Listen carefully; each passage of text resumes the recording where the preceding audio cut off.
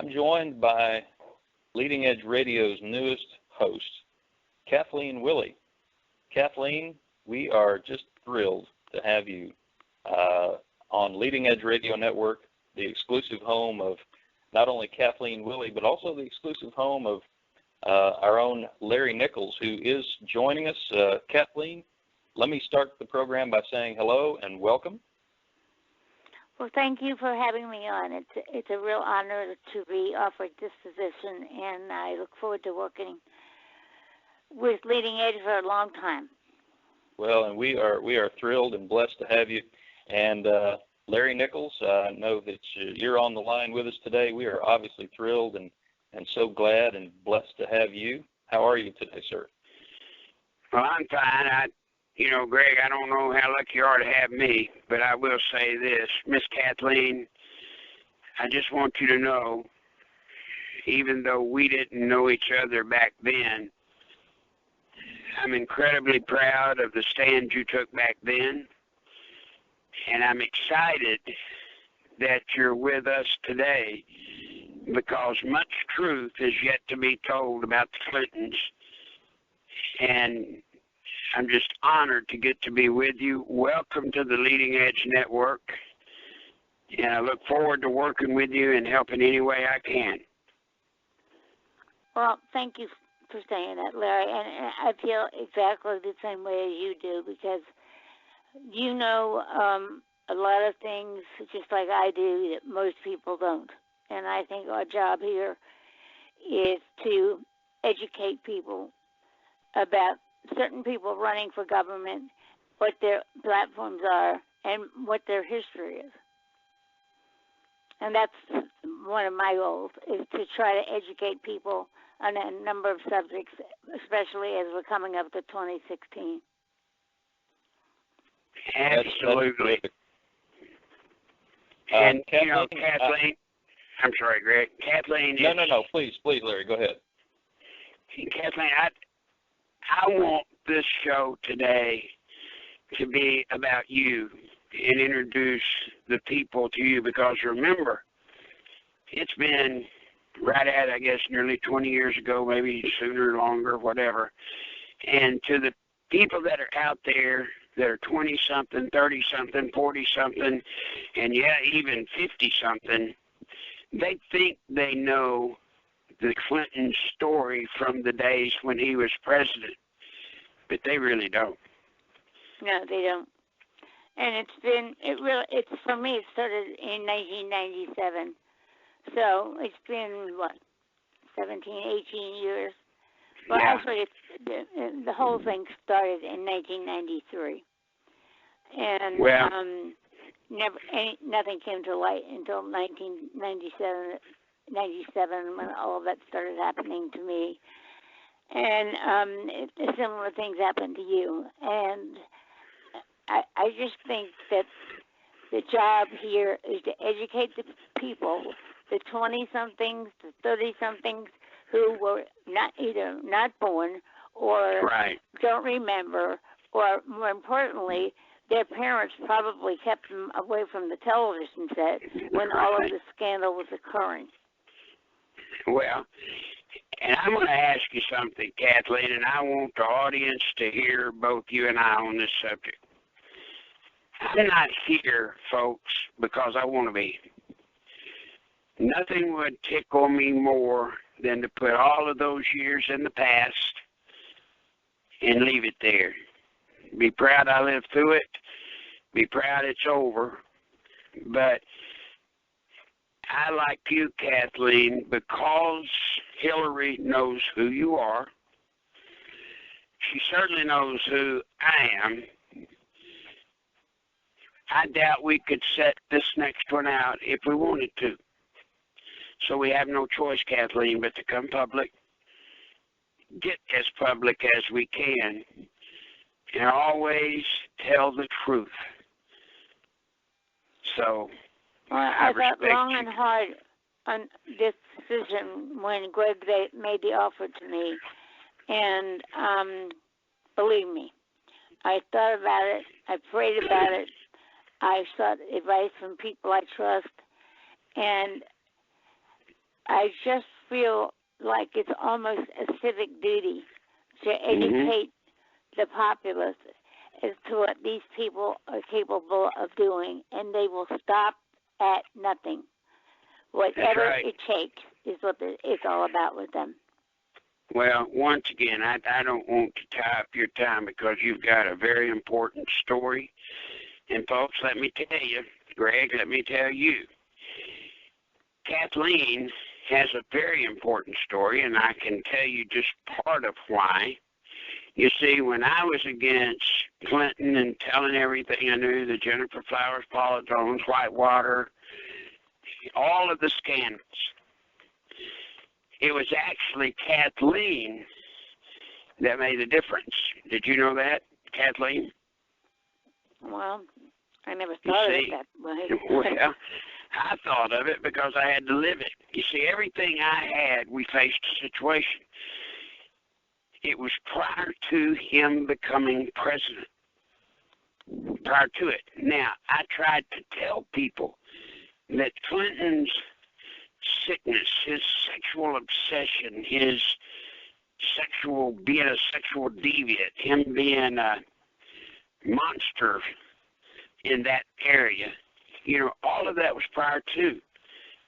And it was very hard because everybody at the legal side of it, all of the attorneys and everybody said, well, that's back then.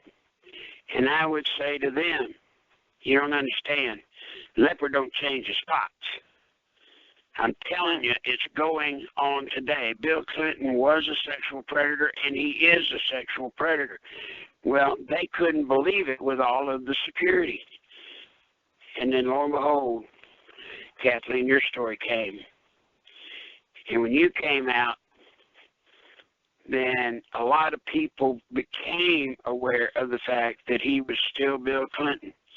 Even if you dressed him up and put a presidential lapel pin on, he was still Bill Clinton. And it wasn't long after that until Linda Tripp and I met. And it wasn't long after that till Monica Lewinsky and I met. And it wasn't long after that until the whole world knew. But thank you for coming out. And I know it was frightful. I know it must have been scarier than anything I can imagine. I was used to getting beat up and shot at. But I know for you, a young lady, it was probably scarier. Well, I survived it, and I feel like I'm the better for it.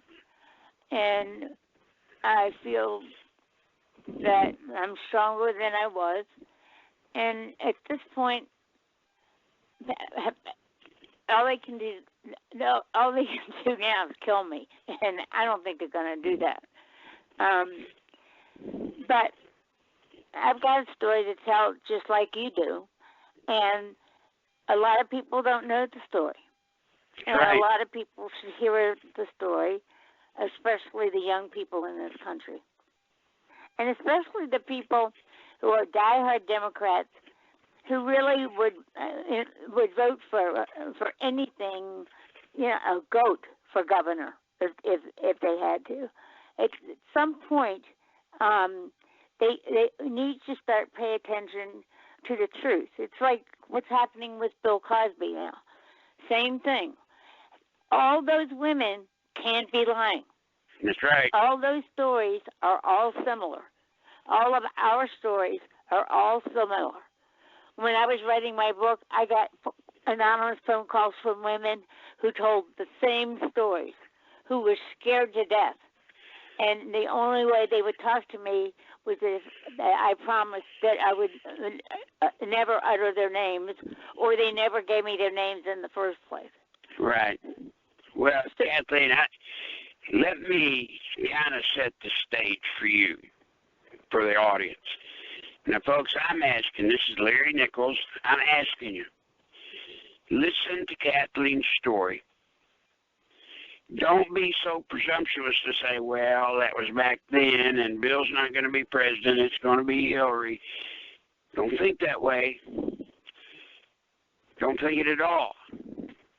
And before I set the stage totally for you, Kathleen, when Bill virtually attacked you, was Hillary doing during that time? What was she doing? She was being co-president. Mm-hmm. Do you think she knew what Bill had done to you? Eventually, yes. I think she knows. I think she knows every single woman that he's assaulted. Well, did she ever come to you herself? No. Okay. I did meet her briefly after that. All right. At a World Summit, and I faced her face to face and shook hands with her, and all I can remember was looking at her and saying, "She knows." I could just tell by the look on her face, and when I looked into her eyes, I just thought, "She knows."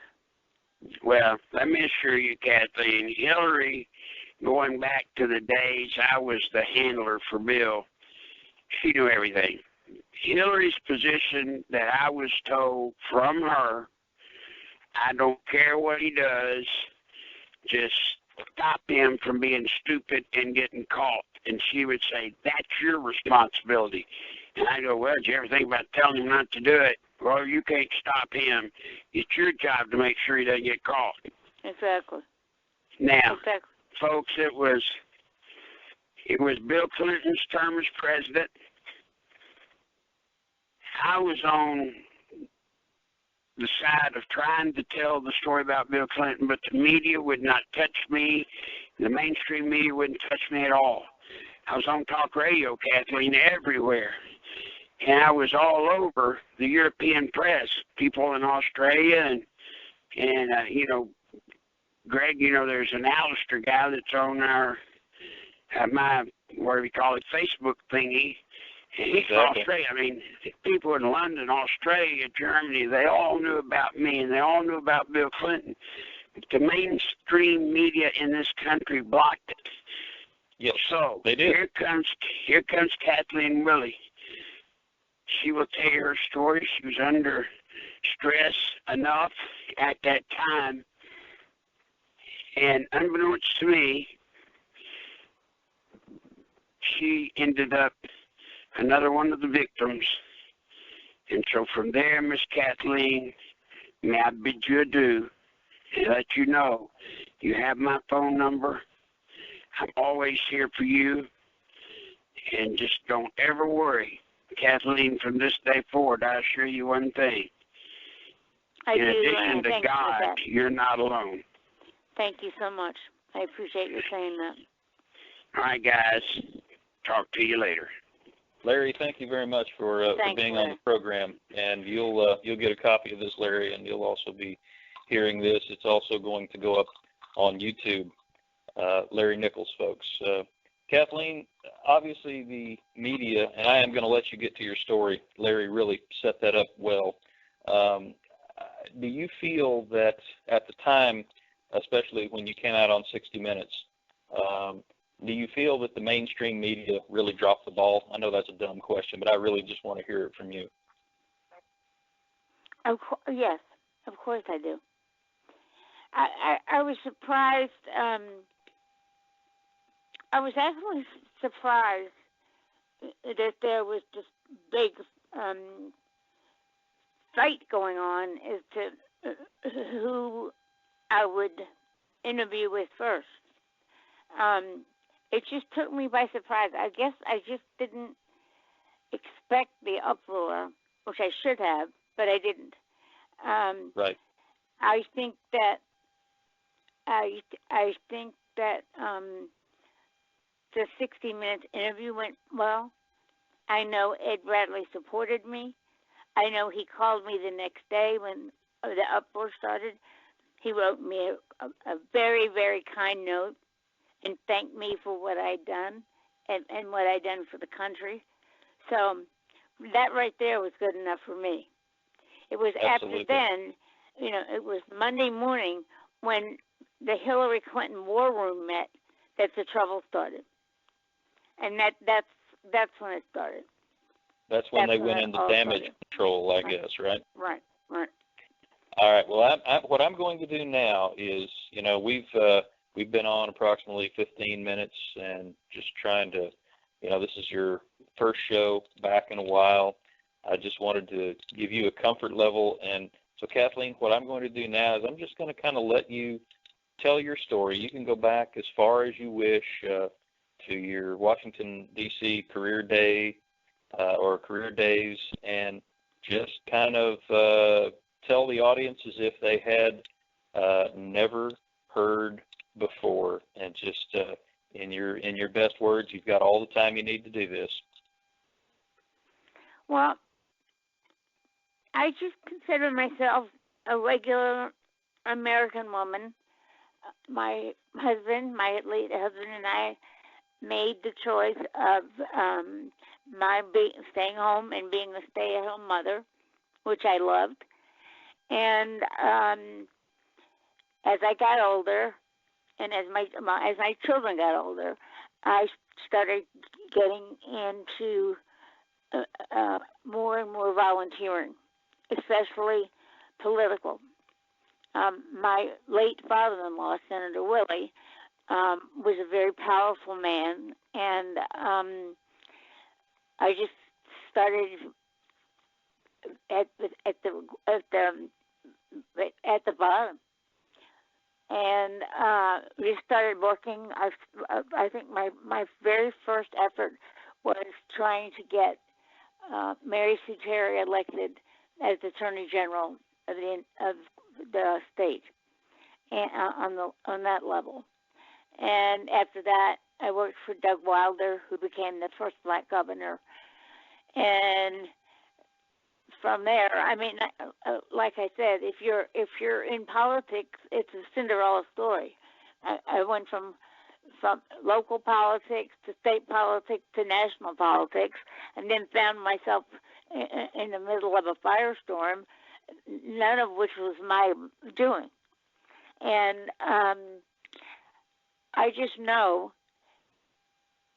that I tried, and my attorney, Daniel Gecker, who is one of the finest men I have ever met, basically did everything we possibly could to keep my name out of this story. But when Paula Jones's attorneys found out about what had happened to me, they came after me with a vengeance, because they wanted to depose me in Paula Jones's sexual harassment suit. And like I said, Bob Bennett, the president attorney, became our new best friend. He was in Richmond more times than I can say, offering us all of the advice and anything that they could do to help keep me out of the story, because they didn't want me in the story. It was okay for Paula Jones to be in the story because, as Carville said, drag a $100 bill to our trailer park, and of course we saw what they did to Jennifer Flowers. But they didn't want me in the story because they knew that I was a supporter, and they felt like I was credible. So they too, which was odd when you think about it, they did everything to try to keep me out of it too.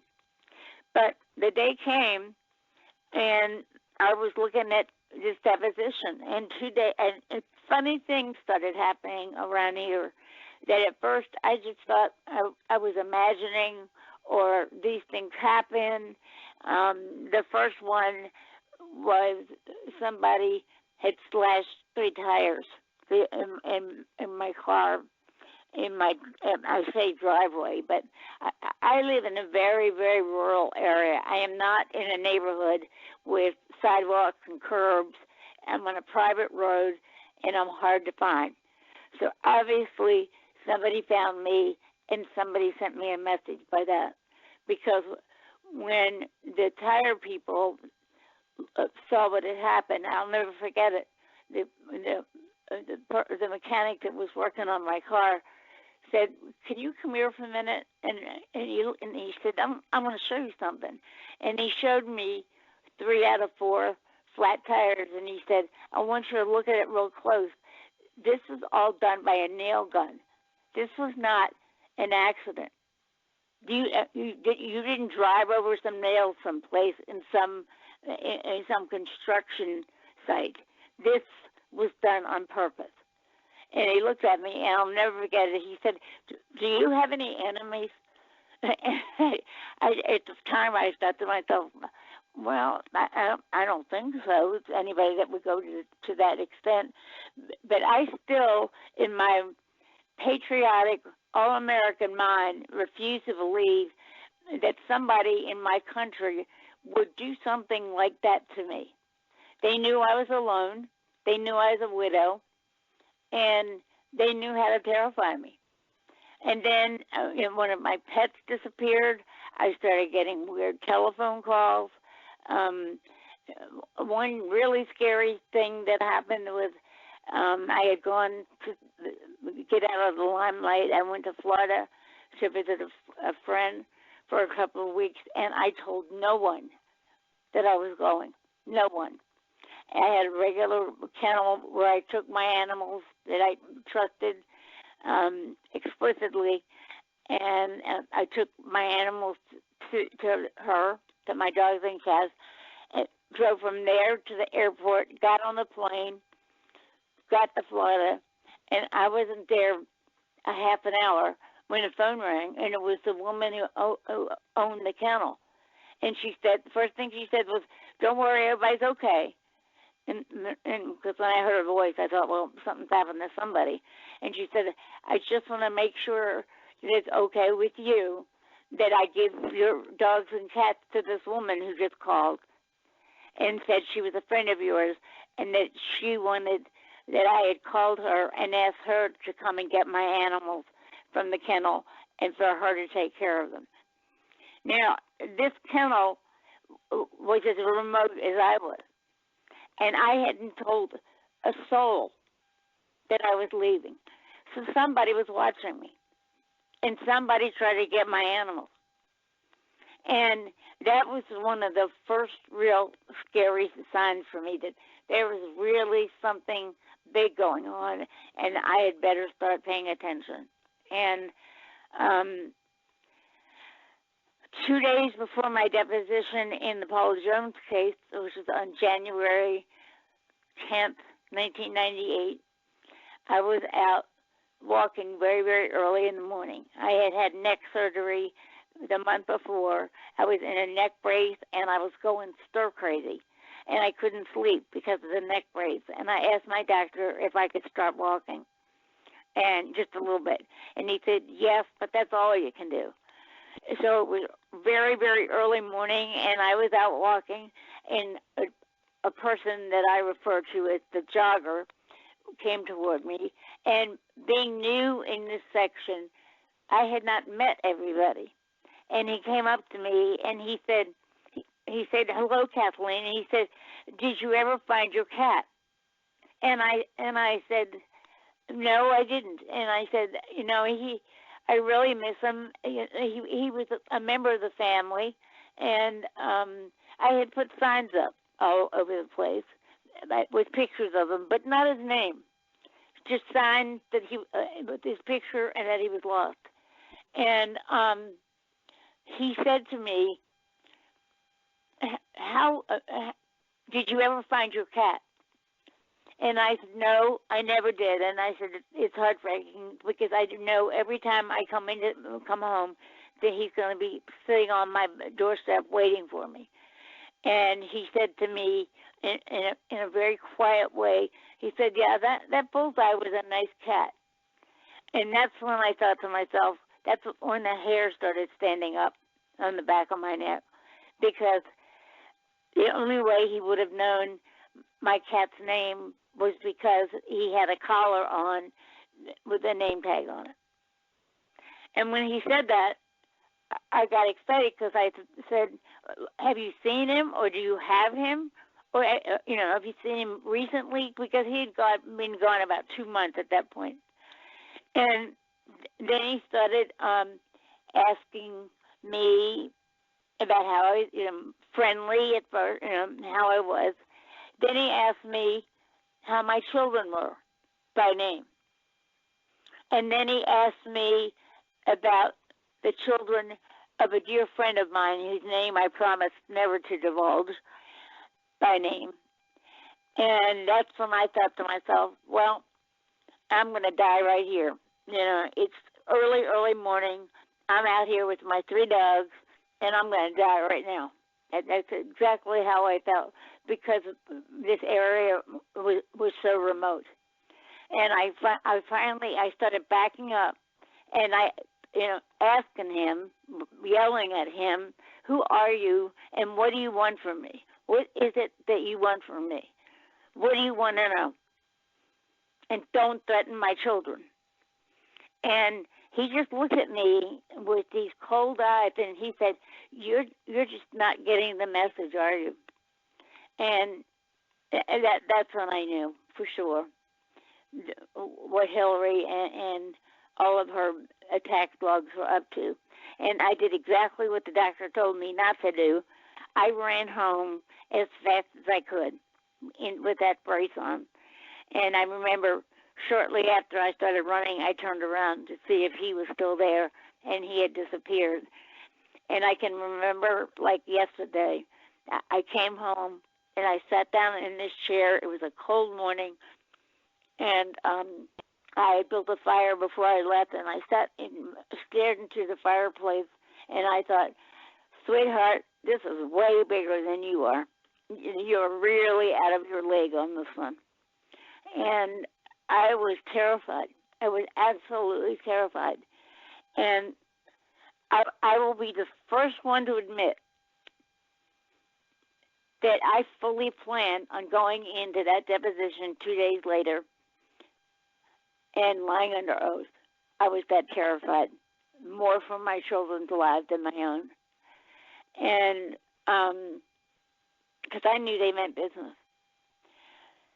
And the judge, Judge Marriage was his name, a very well-known judge here in Richmond, a federal judge, let it be known quite loudly that it was the first time in his entire career as a judge that he had ever opened his courtroom on a Saturday, but he wanted to avoid the press, and we were successful in doing so. And we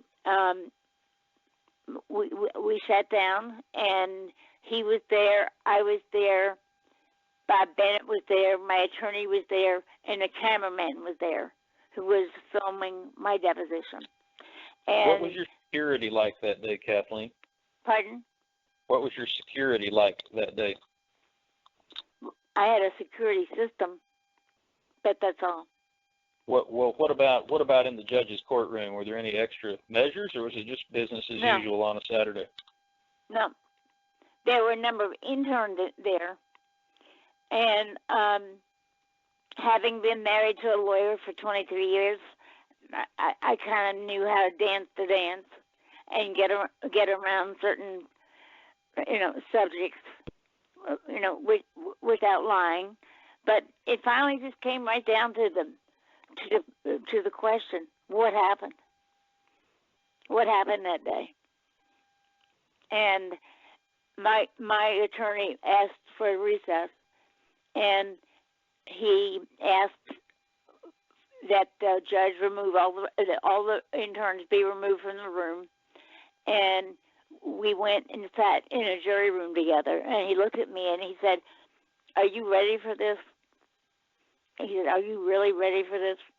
And I said, "I guess I am. I don't know what else to say. I guess if I'm not, I'm going to have to be." And so we went back into the judge's chambers where all of this was going on, and I told the truth, and I said what happened. And I have to say, I have never seen the look on Bob Bennett's face that I saw that afternoon.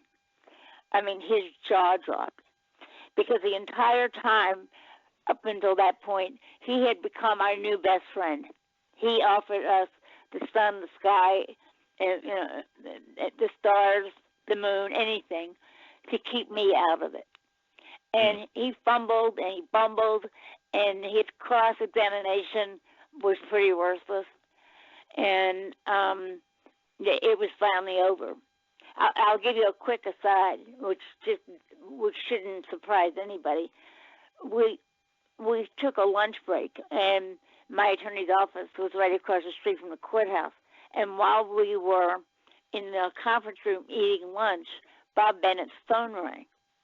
And he looked at it, and he said, "Excuse me, my client's on the line." And he got up within earshot, and I just kept saying, "Yes, sir. Yes, sir. It's going well. Yes. She's right here. She seems to be holding up fine."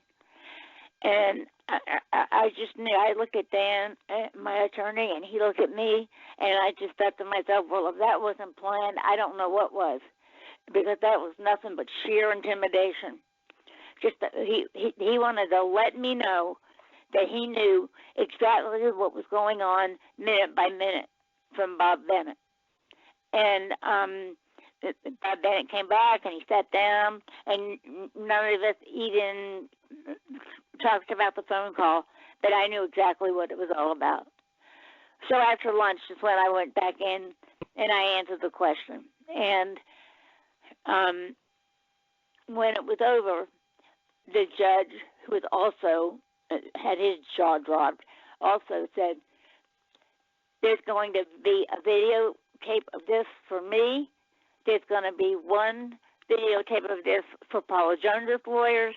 There's going to be one videotape for Mrs. Willie and her attorney, and it better not see the light of day."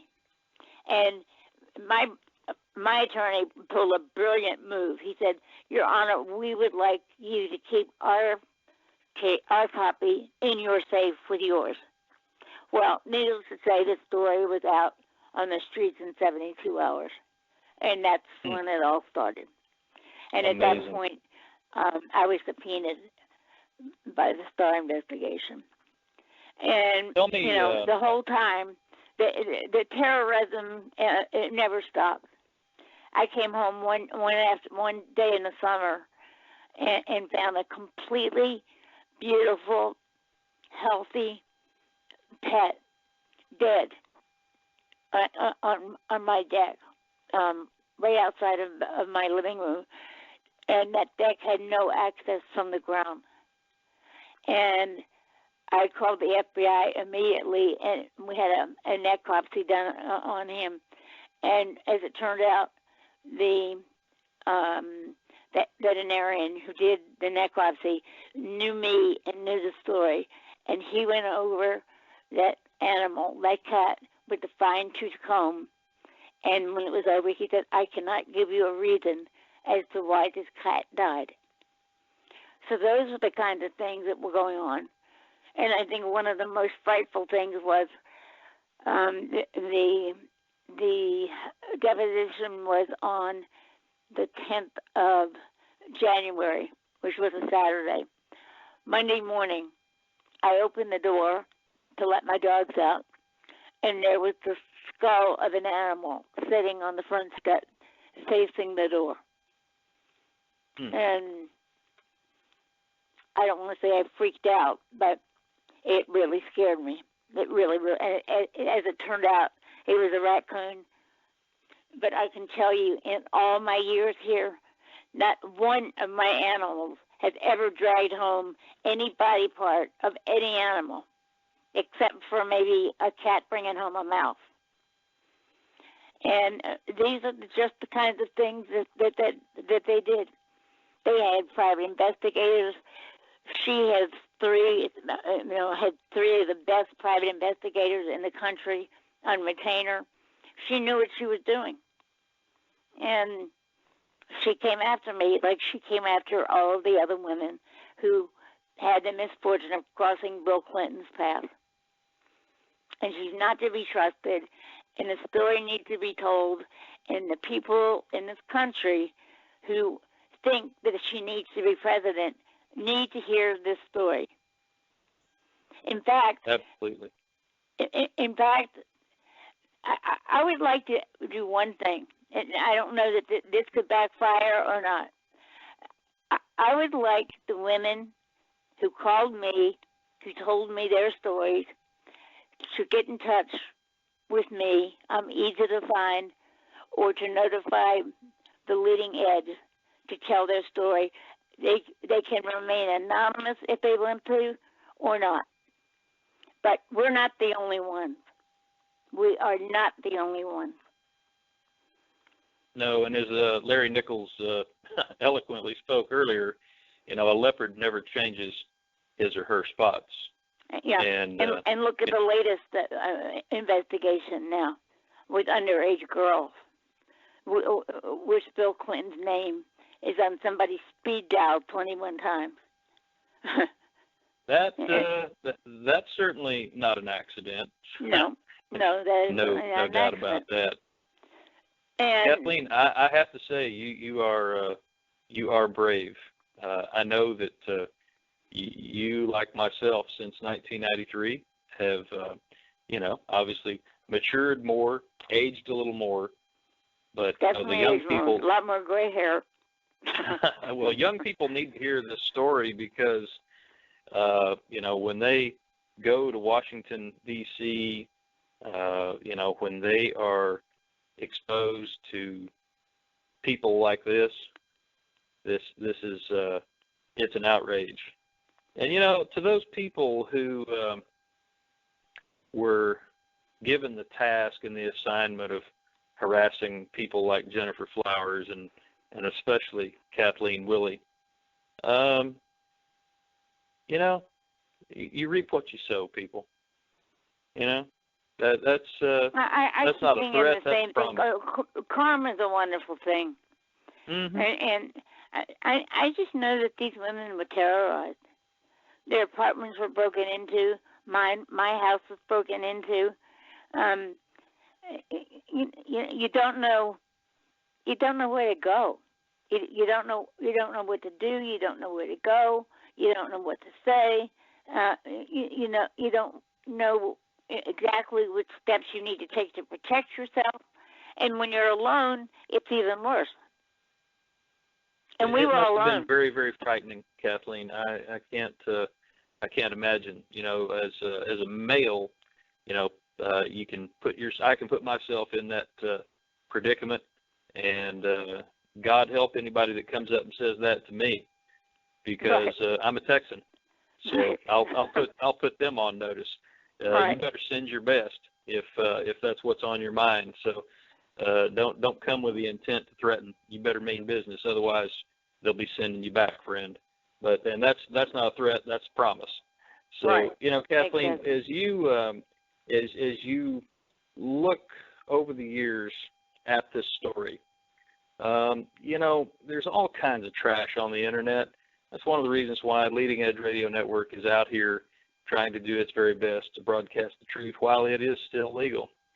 And it's going to stay legal for a good long time. And I do believe that the time will come that we'll get this nation turned around. I don't believe we can stand 4 years of a Clinton administration or 8 years of a Clinton administration. We've had a bad enough time with 6 years of this current administration. But what's your perspective on this? With the internet being what it is, you see stories out there, Kathleen lied to the FBI. Do you want to speak to that at all? I went through probably 75 hours of interrogation by the FBI. And into every subject known to man. And at one point, I felt like it got way too personal about things that had nothing to do with anything. Do you feel like that? Do you feel like that the investigation itself was maybe run by someone who wanted to skew the results a certain way? The investigation of what?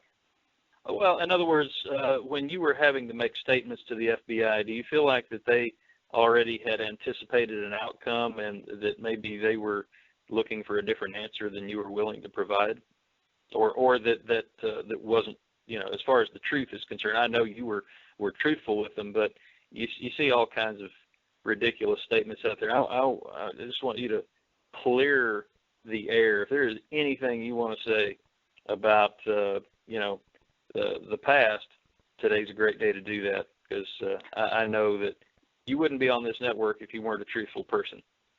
And I want people to know that they shouldn't read stories that have been spun around and skewed around to make you look like something that you're not. Well, that's not surprising. And there's one in particular. And I'll be the first one to admit, I'm human. We all are. And I've done stupid things in my life. And I did a stupid thing. And I'm not, I'm not proud of it. And I was still suffering the loss of my husband from suicide. I mean, that in itself, brings all kinds. I mean, I don't care how much counseling you get. You're going to spend the rest of your life with the what ifs and if onlys. And right. I'm not making excuses for myself. I made a mistake. I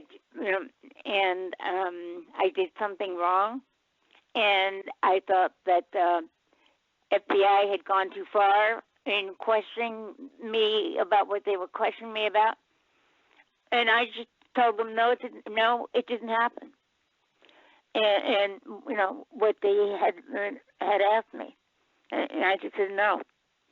Well, I didn't like myself a whole lot after that, and I finally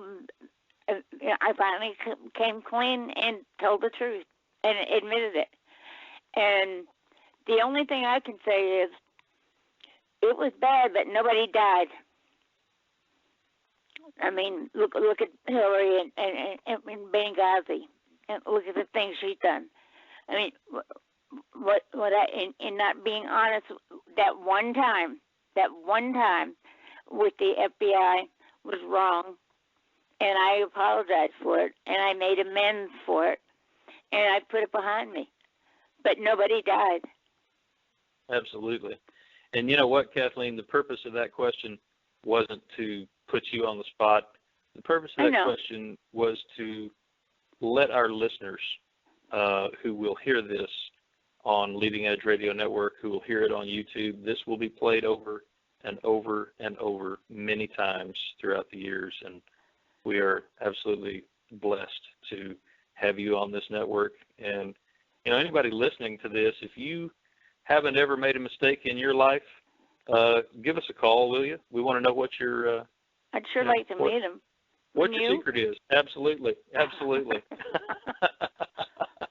I think maybe it's Obama. I think it's Obama. Maybe it's Obama. He's the one that's never made a mistake. Well, I don't know. I suspect he's had a few mistakes on his scorecard.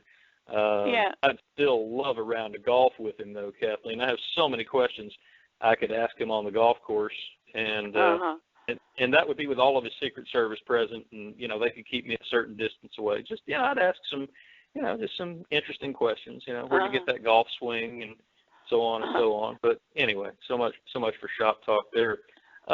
Let's go back just a little bit, if we can. I know I interrupted your train of thought. So essentially now all of a sudden we're getting things left on the porch. The threats are increasing. The pet body count is increasing. Where are you at this point with all this going on?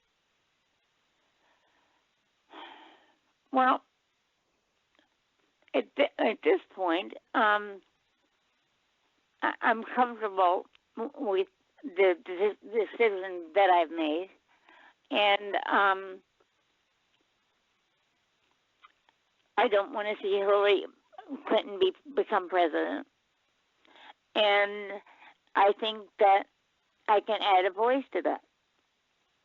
I don't want this show to be entirely anti-Clinton. There are other things going on in this world that we need to be educated about.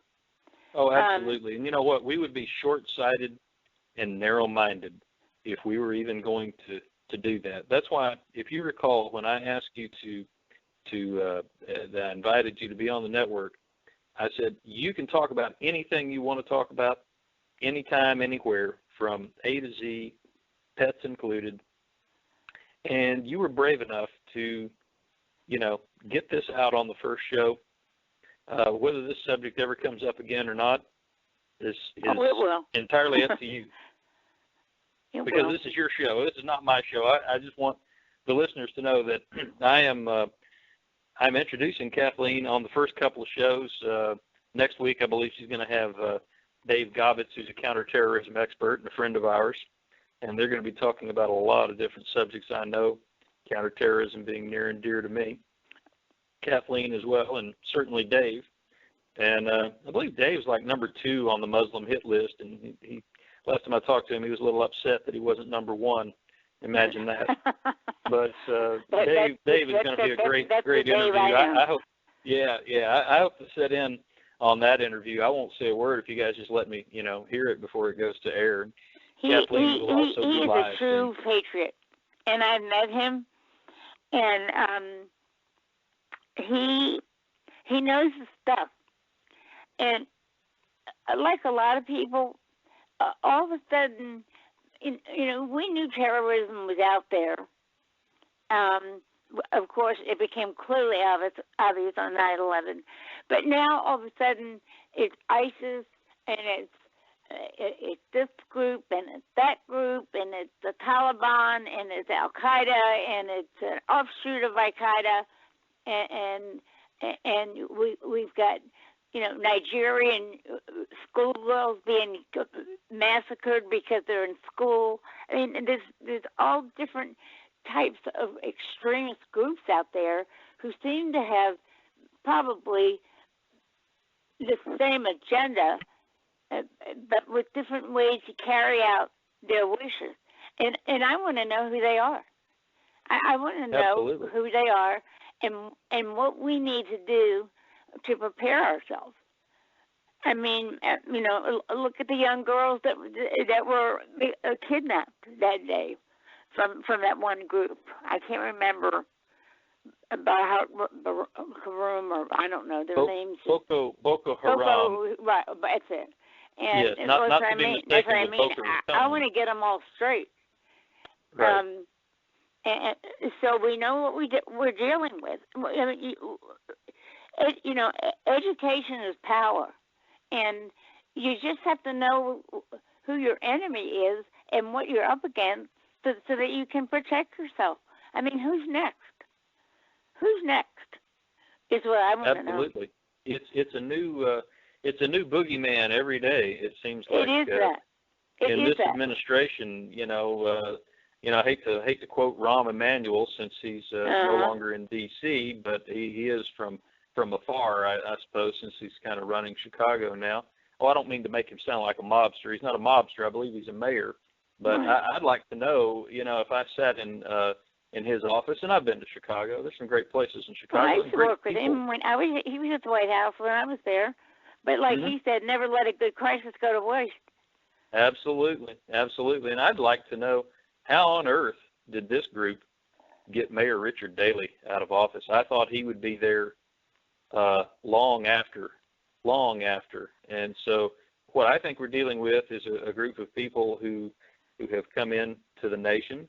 But again, this is your show, and I'm not going to go there. I'm going to let you and the audience form their own opinions, because believe it or not, I don't host that many shows, but I'll tell you, I am thrilled to get to host your first couple of shows. This in this last 5 minutes or so that we have on the program, I want you to talk about anything that makes you comfortable, and I hope today hasn't been too hard on you. I know you're tough. No, not at all.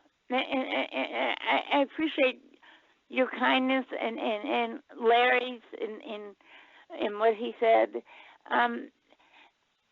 It's like I said before. It's not as of right now.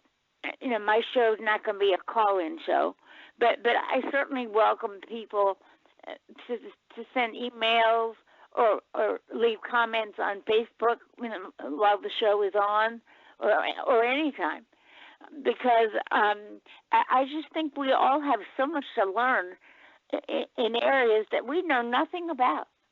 I can remember, the one thing I remember more than anything else after 9/11 is with everybody just walking around in a daze saying, "Why do they hate us?"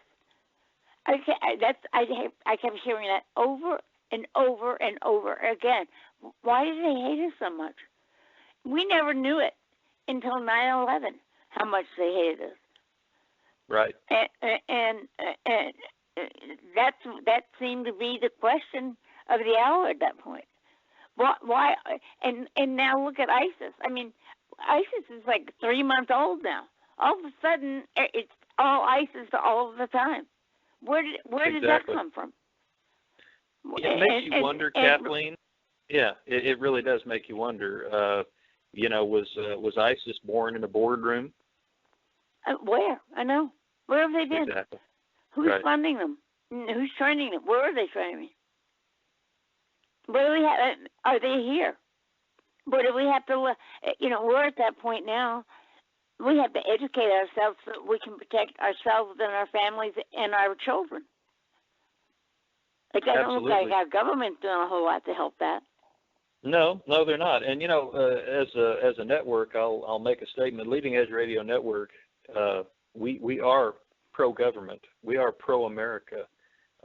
We may not like the politics going on in America, but we don't tolerate people on our Facebook or on our website threatening the President of the United States because we believe in the institution.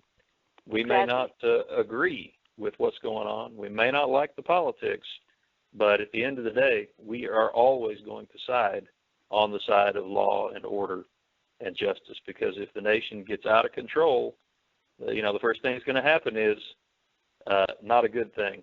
So we're lost. Yeah, absolutely.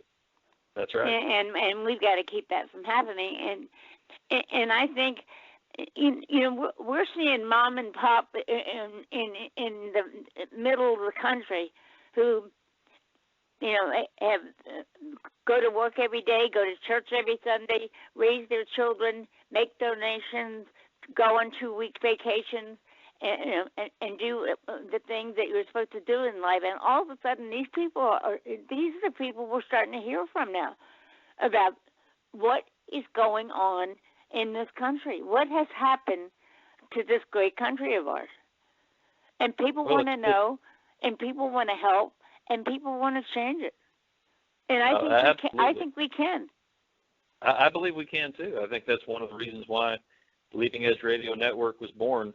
And I also believe that for times such as this, why we have people like you and Larry and so many others who are joining in the fight. We're not going to give up. So, to whoever's listening today, good or those who have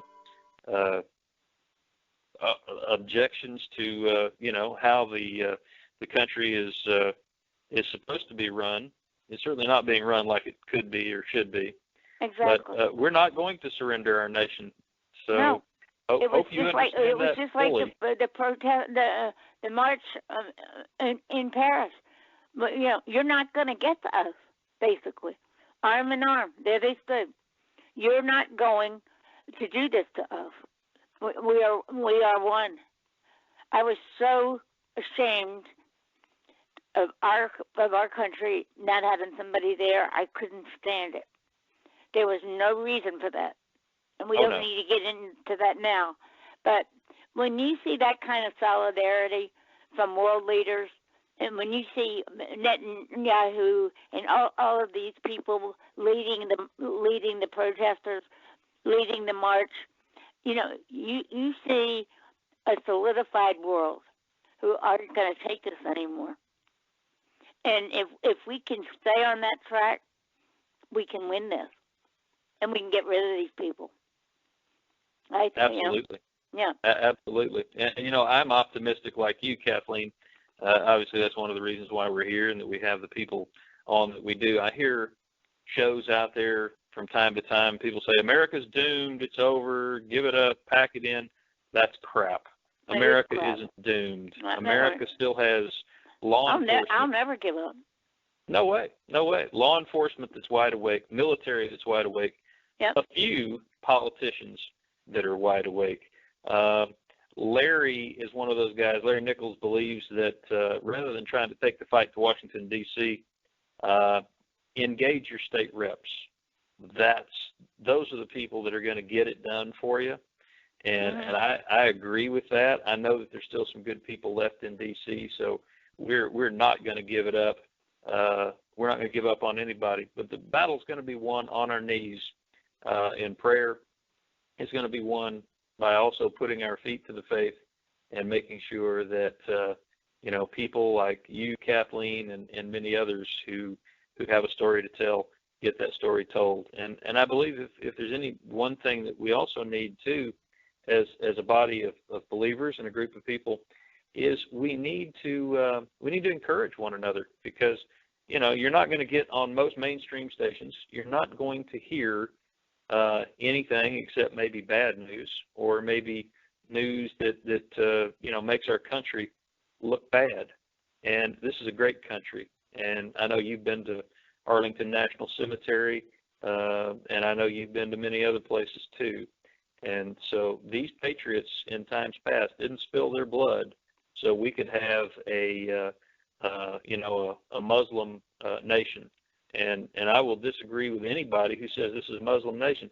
It's a free nation. Now, that doesn't mean that Muslims can't come here, but you better darn well obey the laws and do the right things. If you want to come here, be an American, be an American. Learn the language. Give to the country. Serve 2 years in the military. That's right. Be an asset, not a liability. Exactly. And we're almost out of time, but we're going to let the show go over a few minutes just because we can. It's one of the nice things about owning a network. You can write the rules on the fly. But I want to leave you time for a little closing statement. And the last part of our discussion here really sets the stage well for your next guest, Dave Govitz, beloved by many and hated by a few. But if anybody helps save the nation, it's certainly going to be people like you and Larry and Dave, and we obviously will play a small part in that. But we're so glad to have you on. So Kathleen, I'm going to give you whatever time you'd like, and don't worry about the clock. So it's all yours. Well, thank you for that. I am excited. Hopefully, I'm saying this. I'm excited about having him on my next show, but I have a call into him, and I haven't talked to him yet. But we have talked many times, and he's an expert on all of these Islamic extremist groups. He and his son infiltrated CARE. His son became a Muslim just to get in there to find out what was going on. I was absolutely astounded when I sat and listened to the two of them talk about what they had seen and what they'd learned about, what CARE is all about, what they're doing, what they're really doing in this country, and the different customs that different Muslims in this country have. Like one thing, for instance, I heard that was really interesting is that when the Muslims have their prayer sessions, I don't know how many times a day, there are certain ways when they put their hands down on the ground and when they're bowing their heads, and there's certain ways in which they hold their fingers on the ground. Either their fingers are turned under, or one is up, or two are up, or one is down. It's a signal of what kind of a Muslim they represent, who they really are. And I've never, ever, ever heard anything like that. Chris was the one who told me that Dave's son. But these are two patriots. I mean, when you infiltrate CARE to that extent, that's a patriot.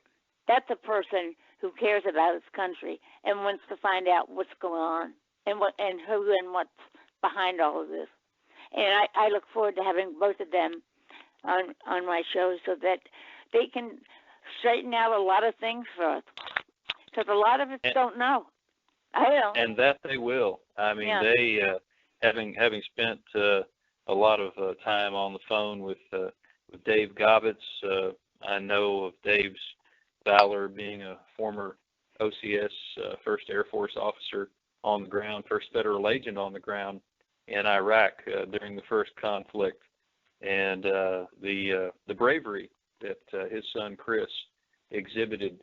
And it's remarkable. It is remarkable. All the documents that they turned over, I truly believe, saved our country. And the CARE is, the Council on American Islamic Relations. That's great. This is America. You can have an organization like that, or the NAACP, the National Advancement for the National Advancement for the Advancement of Colored People. Or, I believe that's what it is. But we have all kinds of organizations here. But friends, where we draw the line as a nation, and where our law enforcement and DOJ and other people who are in power and controlling the shots here, where they better be watching is when these organizations go rogue and they go terrorist. And we have training camps. There are training camps here in the United States. We got one here close to where I live in Virginia. Absolutely. There are They're a right number. there. They are right there. That's right. And you know what? I'd like to say to, our good agents who care in the FBI and the other 3- and 4-letter agencies, including the United States Secret Service, I say to you, guys, ladies, stay awake, stay frosty. These organizations, they're not out there shooting their ammo for fun. These little terrorist camps, it's one thing for people to practice, but we've seen video. We know what these people are up to, and there's just and it's all no good. It's all no good. I think the perfect thing to end this our discussion here is if you see something, say something, and because no one has any idea what these people have planned for us, and we have to constantly be vigilant and aware of our surroundings at this point, because what happened in Paris is only the beginning. I think it's only the beginning. I think you're right, Kathleen. And one day during 9/11, I was on the parking lot of a particular city, and someone with a New York plate who was of foreign descent. Not that made them bad, no, not at all. But when you see somebody filming in a 360-degree panoramic, and in that panoramic is a hotel and a bank with an American flag hanging off of it, and malls and eating establishments, somebody's gathering intelligence there. And that was passed on to the local FBI field office by myself, as well as the local police department. I later met the officer that responded to the call. Wasn't long after that, Lackawanna 6 happened, and was taken care of. So, there are things out there, as Kathleen said. If you see something, say something. It's very, very important. Kathleen, I have to tell you, this has just been an absolute pleasure. I would have stayed silent the whole time on your show. It would have been a better show if I had, but you are a fascinating guest. And I appreciate you allowing me on your show to ask you a few questions today and set the stage for the second show, which I know is going to be terrific with our own Dave Gobbets, who will be here with Kathleen Willey.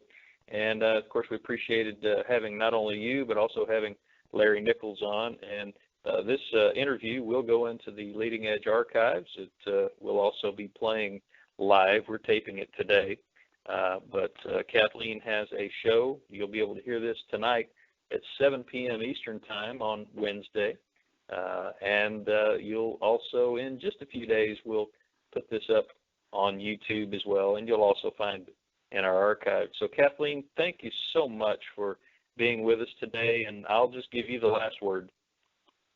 Well, I'm honored to be a part of your organization, and I love this country just like you do and like the majority of us do, and I just think that it's time for us to just start taking action and just start doing something about it and stop talking about it.